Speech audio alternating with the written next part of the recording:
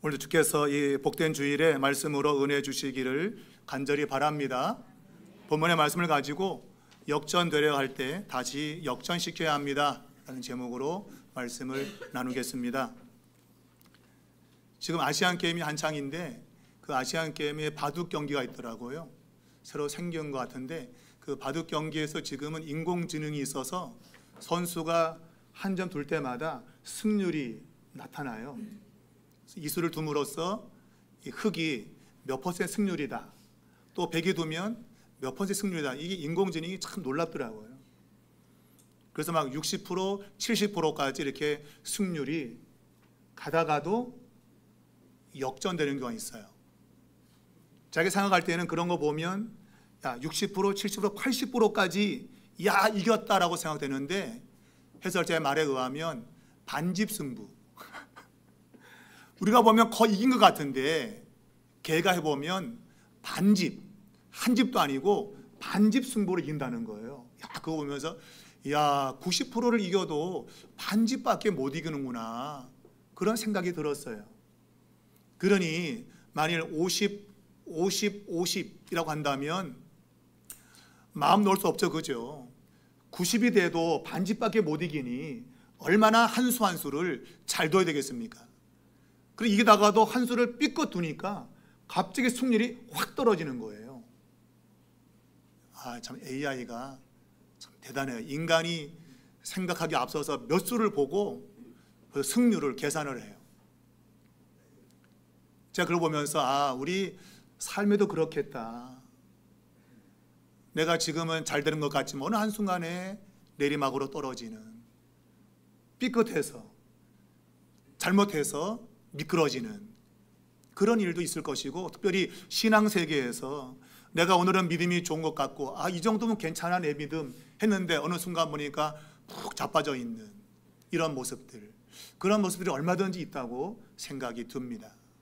오늘 이 성경 본문에 나타나는 이 솔로몬이 그런 사람이에요. 11장 전에 10장까지의 내용을 보면 그는 이스라엘 나라를 정말 부강하게 남들이 다 부러워할 만큼 부경화를 누렸습니다. 그리고 지혜로 따지자면 참 먼 곳에는 시바 여왕이 그 지혜를 부러워할 만큼 놀라운 지혜를 갖고 있었어요. 누가 보더라도 부러울 만하지요. 그랬던 그가 이 11장을 들어오면 갑자기 하나님을 떠났다라고 말하고 있어요. 아니 10장까지 그렇게 훌륭한 사람으로 표현된 솔로몬이 한 장 넘어오면서 완전히 미끄러진 그런 모습으로 나타나고 있는 거예요. 오늘 그가 미끄러진 그 이유를 딱 한마디로 성경은 그가 이방 여인들을 사랑했고 그 이방 여인들이 가져온 우상 숭배에 동조하면서 미끄러졌다고 말하고 있어요.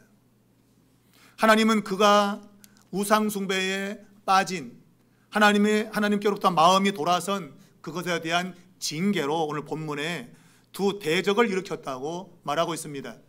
두 대적은 에돔 사람 하닷이라는 사람과 그리고 이 수리아 사람, 오늘 성경에 보면 르손이라는 사람이 바로 그 대적자입니다.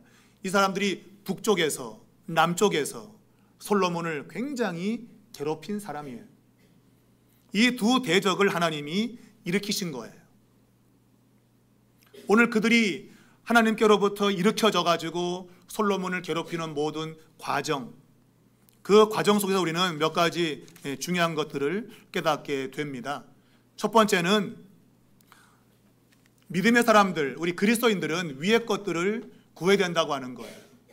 땅의 것이 아니라 위의 것을 구해야 된다. 오늘 본문에 보면 이 에돔 사람 하닷이 다윗과 요압 장군이 이 에돔 나라를 정복할 때 거기 있는 남자들을 다 죽였습니다. 6개월 동안에 걸쳐서 남자들을 다 죽이는 가운데에 이 하닷이라는 사람은 살아남았어요. 그때 아이였는데 살아남았어요. 성경을 보면 아마 하나님이 그를 살려두신 것 같아요. 6개월 동안 아무리 꼭꼭 숨어있다 할지라도 그거 못 찾아내겠습니까? 그런데 이 하닷이라는 이 아이는 살아남았어요. 그리고 몇몇 에돔 사람과 함께 도망을 쳐서 애굽으로 가게 됩니다. 애굽으로 가서 당시의 왕이었던 바로 왕에게 아주 후한 대접을 받게 됩니다. 당시의 바로 왕은 융화 정책을 펴면서 다른 사람들의 힘을 규합을 했어요. 이게 동맹을 맺는 것이죠. 그 가운데 가장 많이 사용되는 것이 결혼 동맹입니다. 결혼을 해가지고 서로 사돈이 되면서 힘을 모으는 것이죠. 바로 왕이 이 에돔 사람 이 하닷을 이제 결혼을 시키는데 자기 그 부인의 동생, 그러니까 자기의 처제죠. 처제하고 이 하닷이라는 사람을 결혼시키게 됩니다. 졸제 이 하닷은 왕과 관계를 가지는 사돈이 되는 권력자가 된 거예요. 그리고 거기에서 낳은 자식이 있는데 그의 이름을 이제 근우핫이라고 성경이 말하고 있습니다. 그 아들을 자기의 부인의 언니죠. 그러니까 바로 왕의 부인이 아들로 입양을 합니다. 그래서 왕의 아들과 함께 양육을 시킵니다. 그러니 이 하닷은 비록 망명자로 왔지만 그의 입지는 굉장히 든든한 그런 위치에 서게 된 것이죠. 성경은 19절에 보면 크게 은총을 입었다라고 되어 있는데 아마 하나님이 그를 그런 자리에 있게 한 것으로 보입니다. 훗날 이것은 솔로몬을 아주 괴롭히는 그러한 역할을 하게 되는데 어찌되었든 하나님의 섭리로 그가 이 애굽 땅에서 권력자가 됩니다. 그런데 성경 본문에 의하면 다윗과 요압이 죽었다는 소식을 듣고 이 하닷이 자기 고국으로 돌아가겠다는 선택을 하게 됩니다. 그때 바로 왕이 질문합니다. 무엇이 부족해서 고국으로 가려고 하는가? 그때 하닷이 대답합니다. 없습니다. 없다고 말해요. 그러니까 표면적으로는 뭔가 부족함이 없어서 지금 그렇게 대답한 것 같지만 실제로는 만족이 없다. 그가 고향을 떠나서 타향에 와가지고 사는데 아무리 여기서 내가 좋은 권력을 갖고 있고 부경을 누려도 내겐 만족이 없다. 그렇게 말하는 것으로 보여요. 내가 이 땅 사는 동안에 만족이 없다. 내 고향을 떠나서 어디에서 만족이 있겠는가. 그런 말을 하는 것이죠. 가수 김상지 씨가 부른 고향이 좋아. 타향도 정이 들면 고향이라고 근우가 말했던가. 바보처럼. 아니야 그것은 거짓말. 향수를 달려려고 술이 취하는 말이야. 타향이 싫어. 나는 고향이 좋아. 예, 여러분 고향은 좋은 겁니다. 우리가 타향살이 몇 해던가 타향에 산다고 하는 건 참 서글픈 거예요. 그래서 사람들이 왜 이러한 명절에 그렇게 박터지게 그냥 표를 끊어서 고향을 갈까요? 고향이 좋기 때문이에요. 그래서 막 머리 터져라고 그냥 그 수많은 시간을 걸려서 고향에 가는 거 아니겠습니까? 저희 아버지가 고향이 사리원인데 19살 때 월남하셔가지고 아직 한 번도 고향을 못 갔습니다. 명절 되면 우시죠. 고향이 그립고 부모님이 보고 싶고 형제가 보고 싶어서 웁니다. 그만큼 이 고향이라고 하는 것은 사람에게는 안식을 주는 그런 곳이에요. 저도 중국에 가서 약 3년 약간 못 미치게 있었지만 참 힘듭니다. 타향살이 정말 고달프고 힘들어요. 성경은 우리 그리스도인들을 가리켜서 나그네다라고 규정하고 있잖아요. 나그네 같은 인생이다. 나그네와 같이 우리는 이 땅을 살고 있다고 말하고 있어요. 오늘 이 하닷이라는 사람은 자기 고향 에돔에 가지 않는 이상 그에게는 아무리 좋은 부귀영화를 누리고 권력을 가지고 있고 한다 할지라도 만족이 없는 거예요. 그래서 아무쪼록 나를 고향으로 보내달라 그렇게 요청을 하고 있습니다. 이건 이 사람만 그런 게 아니에요. 성경에 보니까 나그네 인생을 깨달았던 모든 믿는 자들이 한결같은 고백을 하고 있는 것입니다. 야곱은 147년을 살았는데 그가 130살에 애굽으로 흉년을 피해서 이주를 하게 되어지죠. 거기서 자기 아들 요셉이 총리로 있었기 때문에 17년 동안 아주 잘 먹고 잘 살았습니다. 그가 죽을 때에 유언을 하기를 나를 가나안 땅 마므레 앞 막벨라 밭에 있는 굴에 장사를 해달라 그랬어요. 가나안 땅에 나를 묻어달라 그 얘기예요. 그는 비록 애굽 땅에서 자기의 아들이 총리여서 많은 걸 누렸지만 그러나 그의 마음은 언제나 자기의 땅 가나안 땅에 마음을 두고 산 겁니다. 창세기 49장 33절은 야곱이 숨을 거둘 때에 그의 백성에게로 돌아갔다고 되어 있습니다. 그가 17년 동안 애굽에서 살면서 얼마나 많은 걸 누리고 살았겠습니까? 그러나 그들은 그의 백성이 아닌 것입니다. 비록 애굽 땅에서 많은 걸 누리고 살지만 그는 고향을 떠났기 때문에 그에게는 만족이 결코 있을 수 없었던 거예요.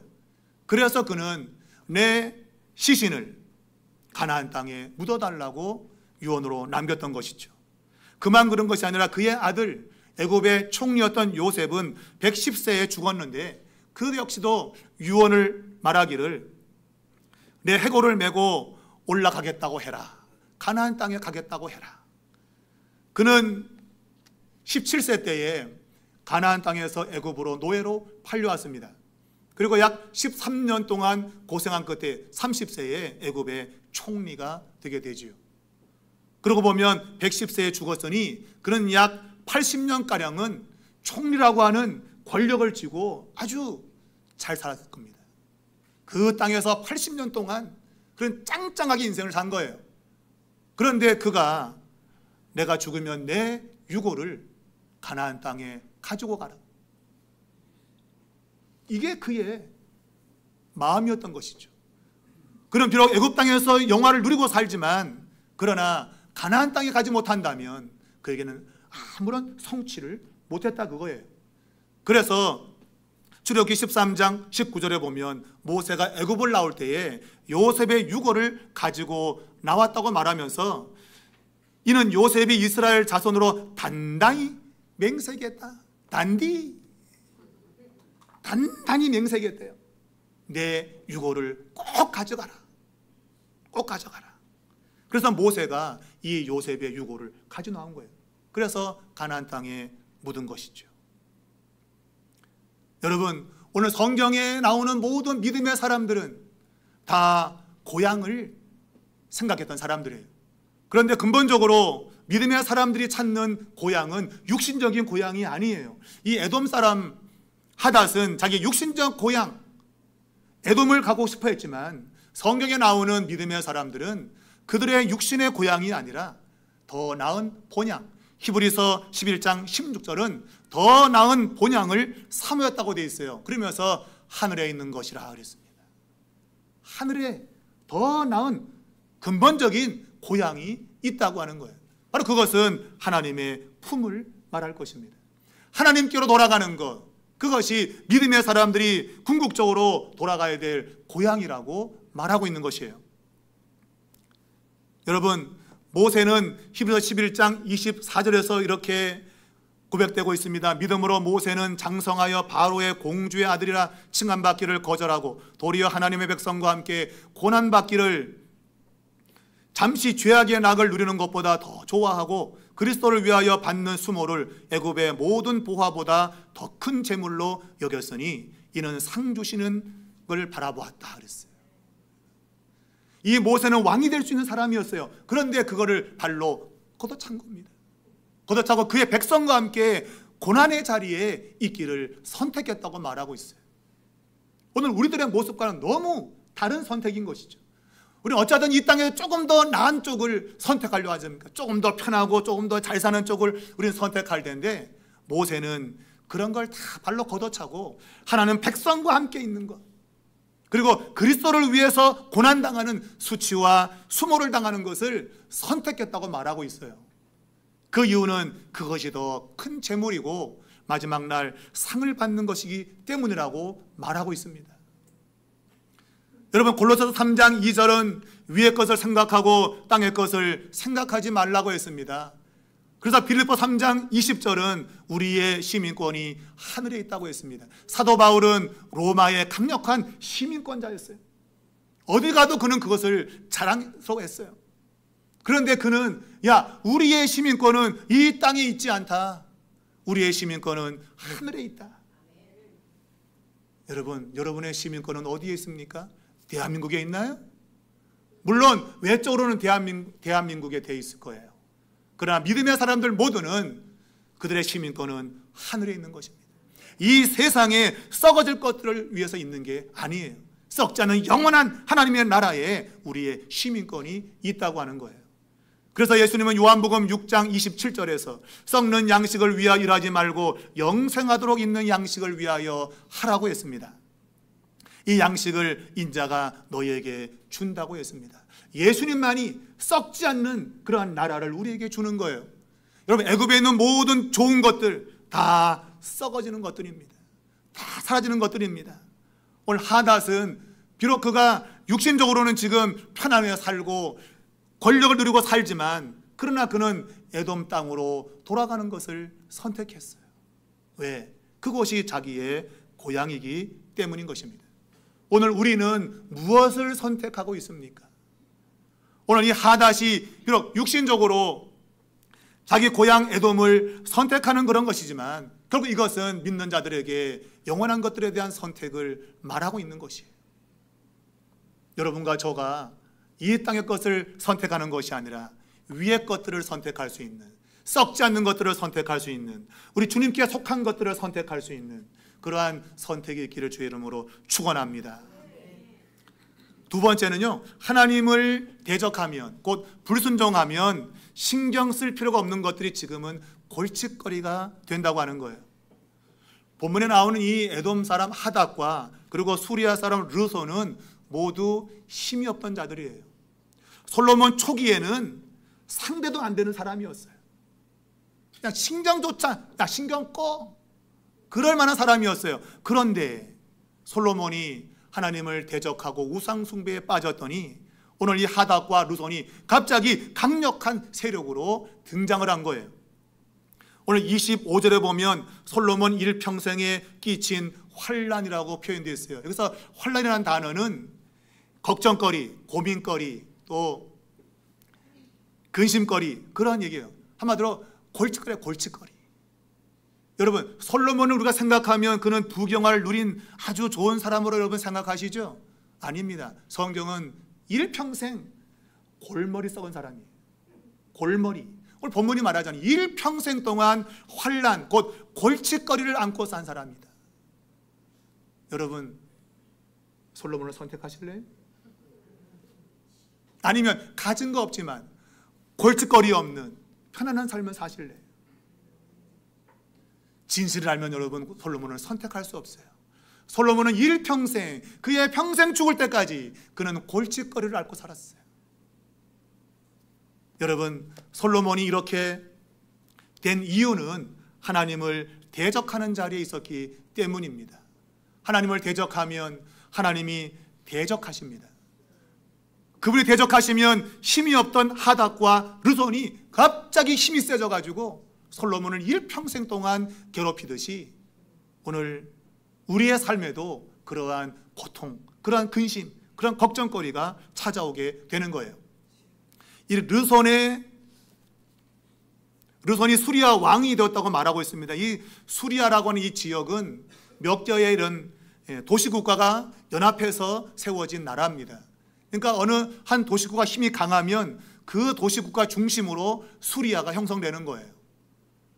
자, 이 르손이라는 사람은 소바라고 하는 그러한 왕이 다스리던 그 지역의 중심에 있었던 좀 변두리의 사람이에요. 그런데 다윗이 이 다메섹을 공격할 때 거기서 이제 탈퇴한 것이죠. 탈퇴해서 자기만의 세력을 꾸민 사람이에요. 그래서 어느 정도 자기 힘이 이제 세진 것이죠. 그러면서 계속 이제 솔로몬을 압박을 한 겁니다. 여기 보면 미워했다고 되어 있는데 이 미워했다는 단어는 그 대상이 파멸하기를 바라는 마음과 행동을 가리키고 있어요. 너는 죽어 없어져야 돼. 너는 사라져야 돼. 그런 마음을 갖는 거예요. 아주 증오. 그런 마음을 이 르손이 솔로몬 일생 동안 가진 거예요. 누군가 나를 그렇게 증오한다면 못 살겠어 정말. 여러분을 누가 그렇게 증오한다면 여러분 마음 편하겠습니까? 여러분 참 힘든 거예요, 여러분. 자, 이 다윗 왕 때 뺏었던 다메섹, 어느 순간인가 이 성읍이 르손에게 넘어가 버린 거예요. 알게 모르는 사이에 그냥 이 성읍이 넘어버렸어요. 다윗이 그 성읍을 차지했었는데 솔로몬 때 와서 알게 모르게 그 성이 뺏겨버린 거예요. 그리고 이 르손이 힘을 얻게 되어지자 솔로몬을 계속 압박했습니다. 다메섹의 왕이 되어서 압박하다가 나중엔 수리아 전체의 왕이 되어서 계속 압박을 했던 거예요. 여러분, 무슨 이유인지 모르게 내 인생에 일이 생기고 꼬이는 일이 있습니까? 뭐 때문에 내 이렇게 안 풀리지? 안 되지? 오늘 솔로몬이 도대체 무슨 일인지 몰라요. 외형적으로는 잘 되는 것 같았는데 하나 둘씩 성읍이 뺏기는 겁니다. 뭐지? 여러분, 내 사는 동안에 원인 없이 뭔가 일이 생길 때, 일이 꼬일 때 여러분 자신을 체크하셔야 돼요. 점검하셔야 돼요. 내가 혹시 하나님께 멀어진 것이 없는가 돌아보셔야 돼요. 저는 우리 아버지를 참 자랑스러워 했습니다. 우리 아버지만큼 실력자가 없어요. 잘생겼죠. 저 맞아. 잘생겼죠. 언변이 뛰어납니다. 아주 화통하십니다. 목소리가 아주 연설 잘하십니다. 또 공부도 기가 막히게 잘했어요. 이북에서 도 대표할 정도고, 여기 와서는 육군사학교 들어가셨고, 근데 몸이 아파서 그리고 이제 쫓겨났는데 그 위에 하는 거 잘 됐어요. 사업이 돌을 막 그냥 갈고리 긁었대. 근데 어느 한순간에 쪽박 찬 거예요. 쪽박을. 그 원인은 딱 한 가지로 저는 분석합니다. 이북에 있을 때 우리 할머니가 예수를 믿고 모든 우상을 다 불태우고 이제 우리 집은 예수만 믿는다. 그리고 우리 아버지 손을 장남 손을 붙잡고 교회를 다녔는데 그렇게 이북에서 신앙생활 했던 분이 6.25가 터지면서 홀로 남아하셔가지고 교회를 끄는 거죠. 그러니까 처음에는 잘 되는 것 같았어요. 한 수 두 수 돌 때마다 승률이 올라가고 야 대박이겠다. 근데 그게 대박이 아니에요. 반집승부인데 우리 아버지 잘 된 줄 착각한 거예요. 그래갖고 그냥 동업자한테 속아서 그냥 쫙딱 망했습니다. 그때부터 거짓 인생 해가지고 우리 가족 굉장히 고생 많이 했습니다. 우리 아버지 때문에. 이유가 없어요. 똑똑한데 재능도 많고 수단 좋은데 하는 것마다 안 되는 거예요. 일이 꼬이고 사기당하고. 한 가지입니다. 하나님을 떠났기 때문에 밖에 안 돼요. 하나님을 섬겼던 사람이 자기 힘으로 살아보고자 이 땅에 와서 물론 아무도 도와줄 일 없으니 혼자 열심히 살아야 되는 건 맞지만 그러나 믿음으로 사셨다면 물론 저는 없겠죠. 우리 아빠 잘 됐으면 우리 엄마와 결혼 안 했을 거예요. 어쨌거나 믿음으로 사셨다면 그렇게 험악한 인생 안 살을 텐데 그런 참 아쉬움이 많이 남아요. 여러분, 이 솔로몬이 하나님을 대적했을 때에 이러한 하닷과 르손이 힘이 세져도 갑자기 솔로몬을 괴롭히는 겁니다. 일생에 골칫거리가 되고 만 거예요. 그냥 이유도 없이 하나 둘씩 성읍을 빼앗기고 점점점 힘이 약해졌던 거예요. 그 이유는 그의 마음이 하나님께로부터 멀어졌기 때문입니다. 여러분 가운데 일이 생기고 꼬인 사람이 있다면 여러분 신앙을 점검하셔야 돼요. 나의 믿음을 점검하셔야 돼요. 혹시 내가 하나님께 떠나 있는 부분은 없는지 반드시 점검하셔야 돼요. 그래야 살아요. 그렇지 않으면 여러분 끝장납니다. 잘 되면 이상한 거예요. 끝장납니다. 여러분, 오늘 이 솔로몬에게 그런 일이 생긴 거예요. 계속 일이 꼬이고 일이 생기고. 여러분, 잠언 6장 16절에 보면 하나님이 싫어하는 것 6가지 7가지 있다고 말하면서 그 첫 번째가 교만한 눈이라고 말하고 있습니다. 솔로몬은 교만했습니다. 그는 부경화를 다 누렸습니다. 그리고 그의 지혜는 시바의 여왕까지 와서 찬송할 정도로 월등한 지혜의 소유자였습니다. 그러니 그의 마음이 교만했던 것이죠. 요거 우상숭배, 요거 산당 하나 짓는다고 설마 일이 생기겠어? 그렇게 교만한 마음이 결국은 이 하닷과 르손이 강해지면서 하나 둘씩 모든 걸 빼앗기기 시작했던 거예요. 여러분 인생 가운데 일이 생기고 일이 꼬이는 일이 있다면 여러분 믿음을 점검하셔야 됩니다. 하나님이 사인을 주는 겁니다. 여러분 그 사인을 잘 감지하시기 바랍니다. 여러분 이 하닷이 그 어릴 때 죽음을 모면하고 살았던 것, 그리고 그가 애굽에 갔을 때 애굽 왕이 그에게 호의를 베푼 모든 것, 그리고 다윗과 요압이 죽은 다음에 그가 다시 에돔으로 돌아와 가지고 자부에 30년 동안 독립운동을 위한 준비운동을 했어요. 준비운동. 근데 그 기간 동안 솔로몬은 눈치를 못 챘던 겁니다. 하닷이라는 저 인물이 그 어릴 때 살아나서 그리고 많은 우여곡절 끝에 다시 에돔으로 돌아와 가지고 30년 동안 솔로몬의 수하에서 벗어나려고 준비하고 있는 동안 솔로몬은 감지가 안 된 거예요. 영적으로 무뎌졌다 이거예요. 영적으로. 오늘 많은 그리스도인이 영적으로 무뎌져 가지고 일이 생기고 일이 꼬리도 불구하고 어쩔 수 없어 이거는 그냥 팔자속 아니지 뭐. 무슨 팔자입니까 여러분. 오늘 여러분 이 솔로몬이 하나 둘씩 지금 역전이 생기고 있는 거예요. 그의 위치가 그런 위치가 아닙니다. 그런데 하나 둘씩 성을 빼앗기면서 역전의 그런 모양이 나타나고 있는 거예요. 사랑하는 여러분, 여러분 인생 가운데 문제가 생기면 믿는 사람들은 필히 자기의 믿음을 돌아봐야 됩니다. 내 마음이 정말 하나님께 완전히 향해 있는가? 이거 점검하면 살 길이 보이는 거예요. 여러분 오늘 이 솔로몬 점점 일이 꼬였습니다. 일이 생겼습니다. 골칫거리가 왔습니다. 그럼에도 불구하고 그는 깨닫지 못했다고 하는 거예요. 참 이것이 안타까운 것이죠. 여러분 마지막 세 번째는요, 제일 중요한 것입니다. 이 세 번째는 여러분 잘 기억하면 여러분 인생 역전시킬 수 있어요. 세 번째는 역전의 모습이 보일 때, 곧 역전되려고 할 때 순종을 통해서 다시 역전시켜야 된다고 하는 거예요. 순종하면 다시 역전할 수 있다고 하는 거예요. 여러분 이 다윗의 때의 일이 솔로몬 때에 지금 큰 문제거리가 되고 있어요. 다윗의 때에는 문제거리가 아니었어요. 그런데 솔로몬의 때에 지금 문제거리가 된 거예요. 아마 점진적으로 문제거리화 됐을 거예요. 근데 솔로몬은 그것을 깨닫지 못했던 것이죠. 자, 우리가 알듯이 이 에돔 사람 하닷은 어릴 때 간신히 목숨 하나 건져서 몇몇 에돔 사람과 함께 애굽으로 도망을 쳤습니다. 그런데 그가 애굽으로 도망친 그 경로를 보면 이스라엘 백성들이 애굽에서 나올 때의 경로의 거꾸로예요. 이스라엘 백성들은 애굽에서 나올 때 애굽에서 나와서 바란을 지나서 그리고 미디안을 지나서 그리고 에돔을 지나서 가나안 땅으로 들어갔어요. 근데 이 하닷이 도망갈 때는 에돔에서 미디안에서 바란으로 애굽으로 거꾸로 온 거예요. 거꾸로. 그리고 이 미디안에서 이스라엘 백성들은 정탐꾼을 보냈죠. 그죠? 가데스 바네아에서 가나안 땅을 정탐하러 사람들을 보냈어요. 이 하닷은 이 미디안에서 애굽의 길이 밝은 사람들을 구했어요. 그러니까 마치 이것은 하나님의 백성들을 하나님이 다루시는 것 같은 모습이 나타나고 있는 거예요. 하나님의 대적자인데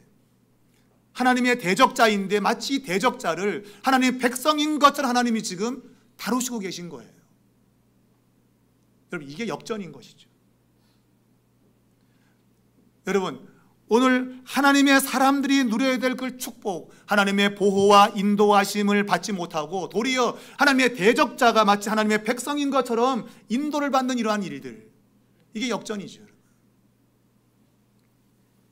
그리고 이 하닷이 바로 왕과 이제 사돈관계가 되면서 자식을 낳았는데 이 바로의 처제와 결혼해서 자식을 낳았는데 그 아들 그누앗을 제가 설명드렸지만 왕의 아들로 입양을 했어요. 그래서 왕족이 되었습니다. 마치 이것은 모세의 모습과 겹치고 있죠. 모세가 나일강의 바구니에 담겨서 떠내려온 것을 바로의 공주가 건져내었습니다. 그리고 이 모세를 자기의 아들로 삼았지요. 그리고 왕궁에서 함께 양육을 했습니다.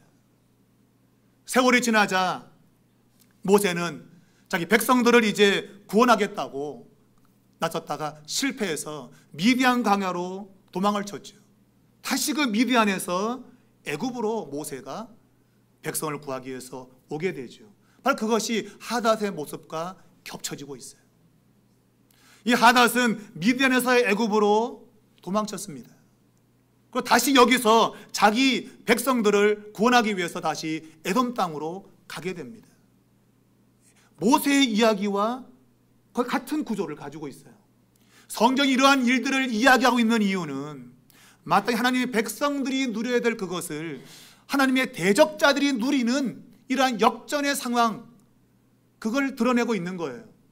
여러분의 삶에 반드시 하나님의 백성으로 누려야 될 축복이 있어요. 근데 내가 그걸 누리지 못하고 내 주변에 있는 믿지 않는 자들이 잘 되는 것이 있어요. 승질나죠, 여러분. 승질납니다. 근데 우리는 그런 거 보면서 한 번도 약이 오르구나, 야 저건 내 축복인데 해본 적이 없어. 그냥 아유 너는 팔자가 좋은가 보다. 무슨 팔자가 좋은 거예요, 여러분? 이게 역전된 거예요, 여러분.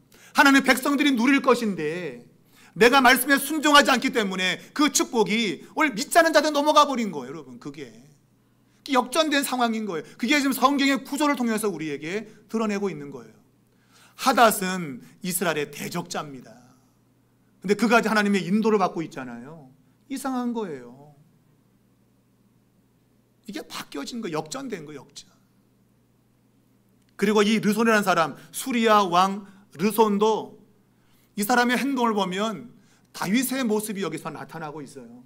이 르손이라는 사람이 소바 사람을 다윗이 죽일 때에 이 르손이 사람들을 자기에게 모으고 그 무리의 괴수가 되었다고 되어 있어요.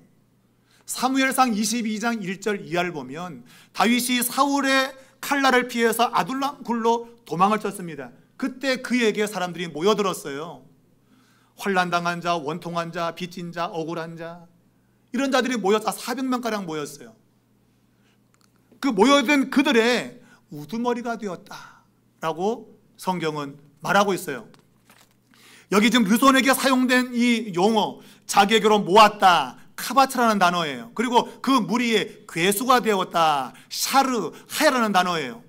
근데 이 단어가 다윗이 했던 그 모습에 그대로 사용되고 있는 거예요. 사무엘상 22장 1절에 다윗이 그 사람들을 모여든 그 사람들 카바츠, 그리고 그들의 우두머리 되었다, 샤르, 하야. 똑같은 단어가 다윗에게 썼던 단어가 그대로 이 르손에게 사용되고 있어요. 하나님의 사람이 아닌데 하나님의 사람에게 사용된 단어가 사용되고 있는 거예요. 이게 역전인 거예요. 솔로몬이 하나님께 불순종했더니 하나님이 주시는 그런 축복의 단어와 용어와 상황이 대적자에게 나타난 거예요. 원래 그것은 하나님의 사람들이 가져야 될 용어인 거예요. 그런데 대적자들이 그것을 차지하고 있는 거예요. 이 역전된 거예요. 하나님의 사람들에게 주실 축복을 하나님의 대적자들에게 주고 있는 거예요. 이런 걸 보면서도 우리는 원통해하지 않아요. 내 팔자가 원래 그래. 나는 재주도 없고 난 재수도 없고 안 돼 나는. 이러고 산다 이거예요. 여러분 오늘부터 마음을 바꾸시라. 여러분이 주님께 순종만 한다면 여러분 역전된 상황에 다시 역전될 수 있는 거예요. 성경 그걸 우리에게 드러내주고 있는 거예요. 이런 상황을 우리에게 비추면서 야 솔로몬은 실패했어. 역전된 상황 그냥 방치했다가 실패했어. 그러나 성공할 수 있어. 다시 역전시킬 수 있어. 뭘로 보여줍니까? 바로 예수 그리스도가 그걸 이루신 거예요. 여러분 예수님 출생 당시에 이두메 사람, 에돔 사람 헤롯 대왕이 또 다른 왕이 태어난다고 하는 그러한 소식을 동방박사로부터 듣고 2살 아래 된 애들을 다 죽여라 그랬어요. 근데 예수님은 살아났죠, 그죠? 예수님은 살아났어요. 그리고 애굽으로 도망을 쳤습니다. 마치 이 하닷이라는 사람이 에돔이 다 죽을 때 간신히 살아가지고 애굽으로 도망간 것과 똑같은 상황이에요. 그리고 이 하닷이라는 사람이 그 애굽에 있다가 다윗과 요압이 죽었다는 소식을 듣고 이제 고국으로 가자. 그래서 이제 고국으로 오거든요. 예수님 애굽에 있을 때에 바로 이 헤롯이 죽었다는 소식을 듣고 너를 찾는 자들이 죽었다는 소식을 듣고 다시 돌아오게 되죠. 그런데 헤롯의 아들이었던 아켈라가 아주 나쁜 놈이에요. 무서운 놈이에요. 그래서 걔를 피해가지고 갈릴리로 간 거예요. 갈릴리로. 그때 갈릴리의 지배자는 바로 헤롯 안티파스라고 하는 왕입니다. 그래서 예수님께서 갈릴리 사람이 된 거예요. 원래는 유대 땅으로 가려고 했어요. 그런데 거기는 아켈라라는 무시무시한 놈이 있어가지고 갈릴리로 가신 것이죠. 그로부터 30년이 지난, 마치 하닷이 애굽에서 돌아와서 30년 동안, 다윗이 죽었을 때가 주전 970년경입니다. 그리고 이 하닷이 독립운동을 했을 때가 주전 940년경이에요. 그러니까 30년 동안 하닷은 독립을 위해서 준비한 겁니다. 예수님은 갈릴리에서 30년 동안 세월을 보내셨어요. 그리고 다시 역사의 무대에 등장하셨죠. 그리고 만난 인물이 누굽니까? 바로 헤롯 안티파스입니다. 그 역시 에돔 사람이죠. 이 에돔 사람이 이제는 예수님을 죽이기 위해서 등장을 했어요. 결국 예수님은 십자가에서 그분의 목숨을 버리시죠. 목숨을 버리신 순종 때문에 결국은 역전의 상황을 다시 역전시키신 거예요. 하나님께 순종함으로 이스라엘 백성들이 살아나게 된 거예요. 그것은 오늘 예수 믿는 모든 영적인 이스라엘을 살리신 것과 똑같은 것입니다. 여러분, 솔로몬은 실패했어요. 그런데 예수님은 성공하셨죠. 십자가에서 그분 목숨을 버리심으로 온전한 순종을 통해서 역전을 시켰던 거예요. 여러분, 여러분이 예수만 붙잡으면, 십자가만 붙잡으면 여러분의 인생은 역전되는 거예요. 이걸 믿으세요. 만일 역전 안 되면 저를 찾아오니까 여러분, 저를 찾아오세요. 여러분, 정말 예수 붙잡는데 안 된다? 안 될 수가 없어요. 여러분, 안 될 수가 없어요. 예수님이 헤롯을 만나서 십자가에서 죽음을 선택했을 때 하나님은 예수님을 역전의 주인공으로 삼으신 겁니다. 십자가에 죽었으나 3일 만에 부활하셨고 모든 만물의 왕이 되신 것이죠. 여러분의 인생도 똑같은 거예요. 비록 내가 지금은 시시한 것 같지만 내가 예수를 붙잡으면, 십자가를 붙잡으면 여러분은 만왕의 왕이 가지고 있는 권위를 누릴 수 있다고 하는 거예요. 여러분, 이것을 믿을 수 있기를 축복합니다. 사도 바울은 예수 믿는 사람들을 잡기 위해서 다메섹까지 쫓아갔습니다. 예루살렘에서 다메섹까지의 거리는 240km 정도 됩니다. 열심히 특심하죠. 여러분, 240km를 예수 믿는 사람들을 잡으러 쫓아가는 거예요. 창세기 14장을 보면 아브라함 조카 롯이 저 위쪽에 있는, 북쪽에 있는 유프라테스와 티그리스 강 그쪽에 있었던 왕들에 의해서 포로가 됩니다. 가나안 전투에서 다 져가지고 포로로 끌려가요. 다메섹까지 끌려갑니다. 그때 이 아브라함이 자기 집에서 길렀던 종들을 출동해가지고 단에서 싸워서 다 데려오죠. 자기 조카 롯을 비롯해서 뺏긴 모든 걸 다 찾아옵니다. 다시 찾아옵니다. 그게 창세기 14장에 있었던 얘기예요. 아브라함이 예루살렘 근방에서 다메섹까지 쫓아갔습니다. 쫓아가서 찾아왔죠. 사도 바울은 예루살렘에서 다메섹까지 쫓아갔어요. 누구를 잡으려고? 그리스도를 잡으려고. 그리스도 믿는 사람을 잡으려고 쫓아갔어요. 그러나 다메섹 도상에서 부활하신 예수님이 나타나셨습니다. 그리고 사울을 거꾸로 틀었습니다. 사울이 거기에 순종을 했고 결국은 기독교의 큰 획을 긋는 놀라운 역사가 일어난 거예요. 마치 이것은 그 옛날 아브라함이 다메섹에 쫓아가가지고 거기서 잃었던 것을 찾아오는 그러한 역사를 다시금 보여주고 있는 겁니다. 여러분, 잃어버렸던 모든 것들, 위기 가운데 있는 상황, 마치 사울이 오늘 예수 믿는 사람들을 잡아서 옥에 가두려고 하는 그러한 절박한 상황에 놓여 있는 그때 예수 그리스도께서 나타나셔서 상황을 역전시킨 것이죠. 그리스도인들이 잡혀서 죽는 것이 아니라 이제는 기독교가 꽃을 피우는 그러한 놀라운 역전을 시키신 거예요. 여러분 예수를 믿으면 그런 역전은 일어나는 겁니다. 여러분이 예수님을 온전히 붙잡으셔야 돼요. 오늘 이 솔로몬처럼 마음이 나누어지면 안 돼요. 좋은 게 좋은 거지? 아닙니다. 좋은 게 좋은 게 아닙니다. 내 온 마음을 다 하나님을 섬겨야 됩니다. 모세가 말한 대로 내가 이 애굽에서 왕으로 사는 것보다도 내 백성과 함께 고난의 길을 걷는 것이 좋다. 하나님이 그러한 사람을 통해서 하나님의 역전을 이루시는 거예요. 저는 여러분이 그렇게 하면 좋겠어요. 신앙생활 대충 뭐 주일도 호전날 주일인데 오늘 빠지면 어땠냐 그러지 말고 여러분 제발 좀 내가 목숨을 걸고 하나님 예배하겠다 일생 동안 결단하게 여러분 그래 보십시오. 정말 그러면 여러분 역전이 일어나요. 여러분 역전이 안 되니까 아이고. 여러분 오늘 이 말씀 들으시고 여러분 오늘 우리에게 무엇이 만족하겠습니까? 이 세상 것이 만족을 주나요? 여러분 죽을 때 다 두고 갈 겁니다. 여러분 두고 갑니다.